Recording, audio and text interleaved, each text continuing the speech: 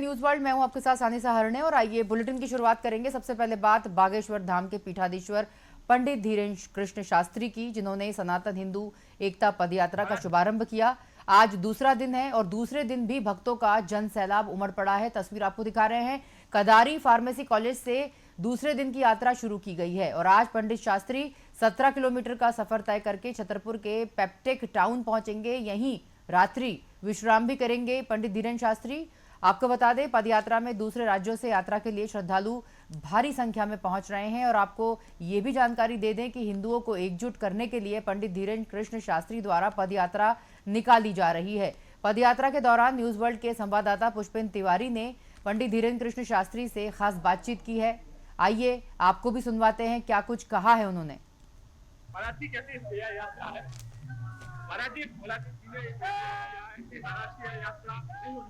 बंद होनी चाहिए। अब हम और ज्यादा संख्या में निकालेंगे, उनसे कैसे सामान उनमें दम हो तो रोक लें। हम नहीं रोकेंगे, नहीं रोकेंगे। और हिंदुओं में अगर कमजोरी होगी, हिंदुस्तान होगा,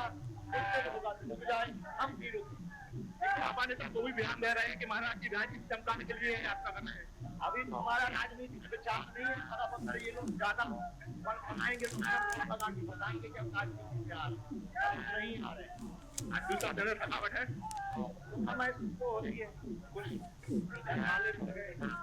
कहते हैं पंडित धीरेन्द्र कृष्ण शास्त्री और दूसरा जगह यात्रा था। लगातार लोग का उनके साथ जुड़े हैं, लगातार लोग उनके यात्रा में पहुंचा। 60 मीटर लगभग यहाँ पैदल यात्रा करेंगे। न्यूज वाले की जगह तिवारी। आपको बता दें कि दूसरे राज्यों से भी इस यात्रा में श्रद्धालु पहुंच रहे हैं। सिर्फ मध्य प्रदेश से ही नहीं, सनातन हिंदू एकता पदयात्रा में दूसरे राज्यों से भी लोगों ने शिरकत की है। फिल्मी सितारों का भी इसमें जमावड़ा देखने को मिलेगा आने वाले 9 दिनों के अंतर्गत। और कदारी से ये यात्रा शुरू हुई है। आपको बता दें कि आज पदयात्रा कदारी से गठेवरा पहुंचेगी, जहां यात्रियों को दोपहर का भोजन भी करवाया जाएगा। और इसके बाद यह आगे बढ़ते हुए रुद्राक्ष होटल से छतरपुर शहर में प्रवेश करेगी। बता दें आपको कि छत्रसाल चौराहे पर पंडित शास्त्री एक सभा को भी संबोधित करेंगे और इस सभा में हैदराबाद की गोशा महल विधानसभा सीट से बीजेपी विधायक टी राजा भी शामिल होंगे। और शाम को पदयात्रा बस स्टैंड होते हुए नौगांव रोड के पेप्टेक टाउन पहुंचेगी, जहां रात्रि भोजन के साथ सांस्कृतिक कार्यक्रमों और प्रवचन का आयोजन रखा गया है। पेप्टेक टाउन में दिल्ली की गायिका शीतल पांडे, बिन्नू रानी और हिमालय यादव प्रस्तुति देंगे।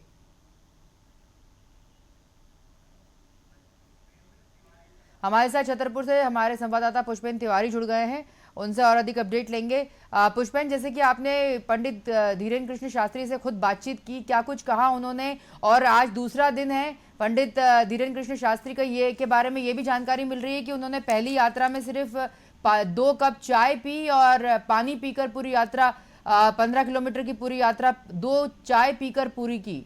और क्या कुछ जानकारी आज दूसरे दिन की यात्रा की आपसे आप बताना चाहेंगे हमारे दर्शकों को? जी बिल्कुल सही कहा आपने। इसके वो नंगे पैर भी चल रहे हैं, पैरों में चप्पल भी नहीं है। नंगे पैर आमतौर पर वो चलते नहीं है क्योंकि उनकी व्यवस्था अलग अधिक रहती है। इस कारण अब लगातार वो पैदल चल रहे हैं, जिससे उनके पैरों में छाले भी आ गए।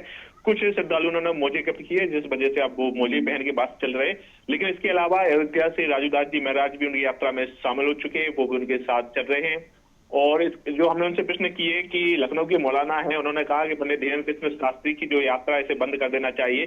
तो उन्होंने कहा यार मेरी पहली यात्रा है, अगर मौलाना जी ऐसे बयान देंगे तो हम लगातार यात्रा करेंगे और मौलाना के घर के सामने से यात्रा निकालेंगे। इसके अलावा और भी लोगों ने उनके ऊपर टिप्पणी की है कि जैसे योगी आदित्यनाथ राजनीति चमकाने के लिए राजनीति में आए हैं, वैसे ही अब बाबा अपने अपने राजनीति चमकाने के लिए इन यात्राओं का उपयोग कर रहे हैं। तो बोले अभी तो हमारा प्रयास नहीं है राजनीति में जाने का, लेकिन अगर कुछ लोग जलते हैं तो भविष्य में हम राजनीति में भी दिखाई देंगे ऐसे लोगों को और जलाने के लिए। पुष्पेंद्र, पदयात्रा कदारी से गठेवरा पहुंचने वाली है आज, जहां पर दोपहर का भोजन भी कराया जाएगा और रुद्राक्ष होटल से छतरपुर शहर में प्रवेश करेगी। क्या इस यात्रा का मुख्य उद्देश्य जो हिंदुओं की सनातन एकता को जोड़ के रखना है और हिंदुओं में जागरूकता जगाना है, क्या जो पहली यात्रा है कितनी सफल मानी गई? कितने लोग इसमें जुटे? कौन कौन से राज्यों से लोग आए? और जैसे कि कल आपसे बात भी हुई थी तो आपने कहा था संजय दत्त आने का है, बड़े नेता आने का है, कई बड़े बड़े संत आने वाले हैं इस यात्रा में। कौन कौन जुड़ा पहले दिन? पहले दिन भाजपा के प्रदेश अध्यक्ष बीडी शर्मा जुड़े और उनके साथ जिले के 6 विधायक चलते दिखाई दिए। इसके अलावा कई कथावाचक जैसे कि अपने संजीव कृष्ण महाराज जी भी जुड़े और लगातार आमतौर पर बीडी शर्मा भी पैदल नहीं चलते, लेकिन उन्होंने कहा कि मैं लोकसभा क्षेत्र खजुराहो का सांसद हूँ, मेरे क्षेत्र में यह यात्रा निकाली जा रही तो मेरा भी कर्तव्य बनता है, इसलिए मैं महाराज जी के साथ इस समरसता यात्रा में हूँ। और जैसा कि उनकी बताया गया कि उनकी हिंदू जाति में भेदभाव मिटाने के लिए उनकी यात्रा की जा रही है। तो लगातार लोग बस देश प्रदेश से नहीं, बाहर से भी लोग देखे गए हैं। आज एक नेपाल से काफी समूह पहुंचा, 25-30 लोग तो नेपाल के आए हैं और महाराज जी के साथ साथ चलते दिखाई दिए हैं। पंडित धीरेन्द्र कृष्ण शास्त्री ने कहा है कि नेपाल भी अब हिंदू राष्ट्र नहीं रहा। मैं सनातनियों से आह्वान करता हूं कि वे हिंदुत्व के साथ रहें। ये बात भी उन्होंने कल कही। और यात्रा का जो पहला पड़ाव था कदारी में, तो उन्होंने वो फार्मेसी कॉलेज में हुआ। तो अब जो ये यात्रा आज जो निकल रही है, इसका पेप्टेक टाउन पहुंचेगी, तो कितने किलोमीटर वे चलेंगे और आज कितने कल की तुलना में कितने ज्यादा लोग आज की यात्रा में जुड़े हुए दिखाई देंगे? क्या लग रहा है आपको, कौन कौन से राज्यों से लोग आए हैं? लगभग सभी राज्यों से लोग आए हैं। हमने सभी लोगों से भी बातचीत की, महाराष्ट्र, उत्तर प्रदेश, आंध्र प्रदेश, तमिलनाडु, हिंदी भाषी राज्यों के अलावा भी जिन राज्यों में हिंदी भी नहीं बोली जाती उन राज्यों से लोग जुड़े हैं। और इसके अलावा आज वो 20 से 25 किलोमीटर पैदल चलेंगे, पेप्टेक टाउन पहुंचेंगे। टी राजा भी आ रहे हैं, जो विधायक हैं, तेज तर्राट हिंदूवादी नेता माने जाते हैं, उनकी भी सभा रखी गई है। और निश्चित तौर पर वह हिंदुओं में जोश भरेंगे, जैसे जो विसंगति है या हिंदुओं के साथ भेदभाव किए गए हैं या संविधान कहीं कहीं अन्य धर्मों को ज्यादा महत्व देता है, इन सब पर वो बोलेंगे। और महाराज जी भी लगातार बयानबाजी कर रहे हैं कि हमारी यह यात्रा पहली यात्रा, इसके बाद हम दूसरी यात्रा जल्द शुरू करेंगे जो उत्तर प्रदेश में निकलेगी। पुष्पेन, एक आखिरी सवाल आपसे ये भी जानना चाहेंगे कि पदयात्रा के पहले पड़ाव पर रात्रि में भोजपुरी अभिनेता ने भी जो है प्रस्तुतियां दी, कई सांस्कृतिक प्रस्तुतियां भी इसमें रखी गई हैं। क्या इस यात्रा में इस तरह की प्रस्तुतियां ठीक हैं? क्या किस तरह की प्रस्तुति दे रहे हैं वो? भगवान से संबंधित भजन गायिका की भजन गायन हो रहे हैं? किस तरह की प्रस्तुतियां उसमें समाहित है? क्योंकि एक पदयात्रा में प्रस्तुतियों का कितना अहम रोल है? निश्चित तौर पर क्या होता है कि अधिकांश 15 से 20 किलोमीटर लोग पैदल चलते हैं, पूरे दिन पैदल चलते हैं, भूखे प्यासे चलते हैं, तो वो थक जाते हैं और उनका मनोरंजन करने के लिए ऐसी हस्तियां बुलाई जाती हैं। जैसे कल केसरी लाल यादव आए, उन्होंने 3 घंटे तक मंच से लगातार प्रस्तुतियां दी, धर्म से जुड़े हुए गाने भी सुनाए भक्तों को। और इसके अलावा फिर मंच पर पंडित धीरेन्द्र कृष्ण शास्त्री भी पहुंचे, तब तक लोगों का मनोरंजन होता रहा। फिर पंडित धीरेन्द्र कृष्ण शास्त्री ने भी लोगों का संबोधन किया। वैसे ऐसी यात्राओं में अधिकांश धार्मिक ही प्रस्तुतियां दी जाती हैं और लोगों को जोड़े रहना, जैसे उनका मनोबल डाउन ना हो, इस कारण यह प्रस्तुतियों का लगभग जहां 9 दिन तक वो रुकेंगे, अलग अलग गायक कलाकार पहुंचेंगे। जैसे आज हिमालय यादव, बिन्नू रानी और जैसे छोटे बड़े लोग, और शाम तक एक लिस्ट जारी होगी कि कौन कौन से लोग आ रहे हैं। ठीक है, जिस तरह से 29 नवंबर ओरछा तिगड्डा से राम राजा मंदिर के लिए रवाना होंगे, ये आखिरी पड़ाव होगा। किस तरह की पुलिस की जो 3 लेयर सिक्योरिटी के बीच उनकी यात्रा चल रही है, 20,000 श्रद्धालुओं ने पंजीयन भी कराया है, तो क्या लग रहा है आपको? 36% लोग मध्य प्रदेश के हैं और कई ऐसे लोग हैं जो छत्तीसगढ़, झारखंड, दिल्ली, गुजरात, राजस्थान, पश्चिम बंगाल, असम, महाराष्ट्र, नेपाल, एनआरआई भी इसमें शामिल हो रहे हैं। एनआरआई के बारे में क्या जानकारी निकल के आ रही है? क्योंकि वो तो काफ़ी दूर से आते हैं और फिर इसके बाद इस यात्रा में शामिल हो रहे हैं। क्या उनसे किसी से बातचीत हुई आपकी? जी, निश्चित तौर पर एनआरआई आ रहे हैं, खजुराहो दिल्ली से फ्लाइट से आ रहे हैं। इसके बाद वो पैदल चल रहे हैं, बोल रहे हैं कि यह मेरी जीवन की पहली यात्रा है। इस प्रकार की यात्रा में वो काफी अचंभित भी है और शोभावान भी है। लगातार उन लोगों में एक उत्साह देखा गया। आमतौर पर जो बाहर से रहते लोग, उन्हें ऐसे आयोजन एक बड़ा इवेंट है। आमतौर पर भारत में यात्रा बहुत हुई है, लेकिन यह एक अलग प्रकार की यात्रा है कि लोग बिल्कुल एक तरफ झूम धर्म के गीत गा रहे हैं, जयकारा लगा रहे हैं, हिंदू राष्ट्र का गान कर रहे हैं, जय श्री राम के नारे लगा रहे हैं। लगातार उनमें ऐसा फर्क ही नहीं नजर आ रहा है कि यह भारत के बाहर के हैं या भारत से है, वो यहाँ के रंग में रंग गए हैं। ठीक है, और जिस तरह से अगर हम बात करें खाने पीने की, तो चाय नाश्ते के लिए एक रथ भी साथ में चल रहा है, ये भी जानकारी मिल रही है। जी, रथ के अलावा अलग अलग जहाँ से गांव से रैली निकल रही है, वहाँ के सरपंच, सेक्रेटरियों और अन्य जो गणमान्य नागरिक है, उन लोगों ने व्यवस्था बनाए रखी है। अलग अलग जगह पर पानी के पाउच हैं, चाय के स्टॉल है, कहीं पर पार्ले जी के बिस्कुट बांटी जा रही, कहीं पर नमकीन। अधिकांश पैकेट वाली चीजों पर महाराज जी ने पहले ही आह्वान किया था, अगर किसी को कुछ देना हो तो पैकेट वाली चीजों का उपयोग करें, जिससे जैसे लास्ट टाइम हुआ था कि बालाजी के मंदिर में प्रसाद में कुछ मिलाया गया था, इस कारण ऐसी अव्यवस्था न हो, इस कारण पैकेट वाली चीजों का उपयोग हो रहा है और लगातार पैकेट वाली चीजें ही बांटी जा रही हैं। जिस तरह से ये तो रही बात खाने की पुष्पेन, और फिर ये भी देखने को मिल रहा है कि कांग्रेस विधायक जयवर्धन सिंह भी पदयात्रा में पहले दिन शामिल हुए। राघोगढ़ से कांग्रेस विधायक हैं। उसके बाद उनकी यात्रा में कई संत कथावाचक पदयात्रा में शामिल हुए हैं। किन किन से बात हुई आपकी? अगर हम जगत गुरु तुलसी पीठाधीश्वर स्वामी रामभद्राचार्य जी महाराज की बात कर रहे थे तो उनकी तबीयत की वजह से वे शामिल नहीं हुए। उसके अलावा और कौन कौन से संत महंत कल पहले दिन शामिल हुए? हाँ, रामभद्राचार्य जी का पहले दिन आना था, उन्हें ध्वजारोहण भी करना था, उनके ही द्वारा झंडा दिखाकर यात्रा की शुरुआत होती।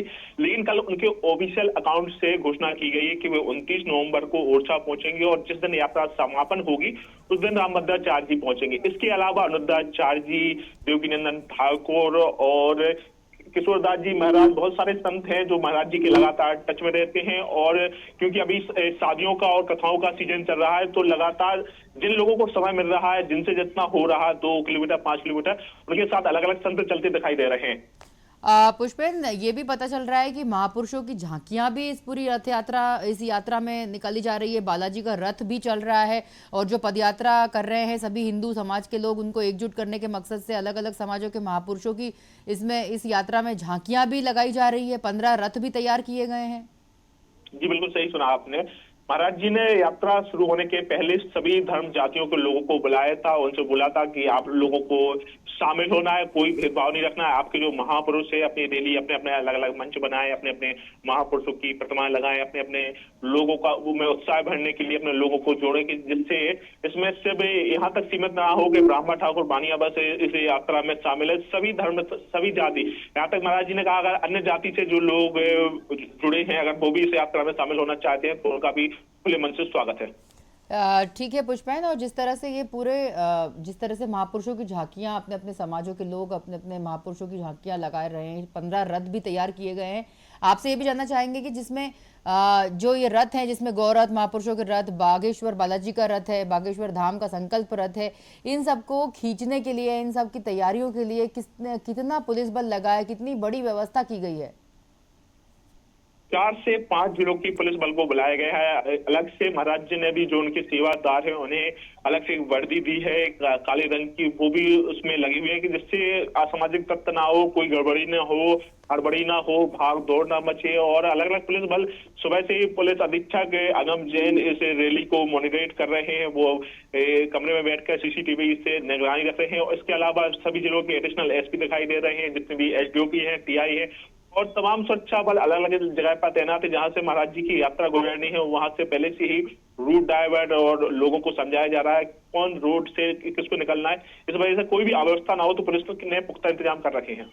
पुष्पेन, ये बात तो रही सुरक्षा की, और ये बताइए कि जिस तरह से ये यात्रा निकाली जा रही है इसमें महिलाओं का कितनी बड़ी संख्या, बच्चों की, महिलाओं की, नवयुवतियों की, नवयुवकों की कितनी बड़ी संख्या, सबसे बड़ा जो प्रतिशत अगर हम निकाले पुरुषों का है कि महिलाओं का है, युवाओं का, बच्चों का, कितने लोग, महिलाओं की बात कर रहे हैं हम, तो कितनी संख्या में महिलाएं शामिल हुई हैं? अभी तक तो रैली में पुरुषों से ज्यादा महिलाएं ही दिखी हैं और जैसे ही छतरपुर के अंदर एंटर करेगी धीरेन्द्र कृष्ण शास्त्री महाराज की रैली तो यहाँ पर अब जो महाराज का क्रेज है खासतौर पर लड़कियों में वो अलग से देखने को मिला है, क्योंकि सुबह से जैसे कि रील्स वायरल हो रही है कि लोग इंतजार कर रहे हैं, उनके लिए रंगोलियां बनाई गई हैं, गेट सजाए गए हैं, रोड पर अलग अलग कल्स रखे गए हैं, लगातार लड़कियां अलग अलग ड्रेस में, वेशभूषा में, भारतीय संस्कृति में कतार बनाए हुए खड़ी हैं कि जैसे महाराज जी अगर गुजरेंगे तो दोनों तरफ लड़कियां खड़ी हैं और महाराज जी और लड़कियों के बीच से गुजरेंगे। ठीक है पुष्पेन, तमाम जानकारियों के लिए बहुत धन्यवाद। बता दें कि बागेश्वर धाम के पीठाधीश्वर पंडित धीरेन्द्र कृष्ण शास्त्री को आप देख सक रहे हैं, वो यात्रा निकाल रहे हैं और सनातन हिंदू एकता पदयात्रा के लिए आज दूसरा दिन है जहां पर भक्तों का जनसैलाब उमड़ पड़ा है। कदारी फार्मेसी कॉलेज से दूसरे दिन की यात्रा शुरू की गई है और आज पंडित शास्त्री 17 किलोमीटर का सफर तय करके छतरपुर के पेप्टेक टाउन पहुंचेंगे, जहां पर रात्रि विश्राम भी करेंगे। और पदयात्रा में आपको बता दें कि सिर्फ मध्य प्रदेश से ही नहीं अन्य राज्यों से भी श्रद्धालु पहुंच रहे हैं, एनआरआईज पहुंच रहे हैं, और जो हिंदी नहीं बोल पाते, जो नॉन हिंदी प्रदेश हैं, उनको वहां से भी श्रद्धालु उनकी यात्रा में पहुंच रहे हैं, शामिल हो रहे हैं। और हिंदुओं को एकजुट करने के लिए पंडित धीरेन्द्र कृष्ण शास्त्री द्वारा पदयात्रा निकाली जा रही है। पदयात्रा के दौरान आपको बता दें कि न्यूज़ वर्ल्ड के संवाददाता पुष्पेंद्र तिवारी ने भी खुद पंडित धीरेन्द्र कृष्ण शास्त्री से बातचीत की और कई कुछ उनकी यात्रा के बारे में काफ़ी डिटेल में बातचीत की, आपको भी सुनवाया। देखिए आप किस तरह से पंडित धीरेन्द्र कृष्ण शास्त्री पदयात्रा में शामिल हैं और खुद उनके पैरों में छाले पड़े हुए हैं, उसके बावजूद भी वो लगातार चल रहे हैं और दूसरे दिन भी 17 से 18 किलोमीटर चले।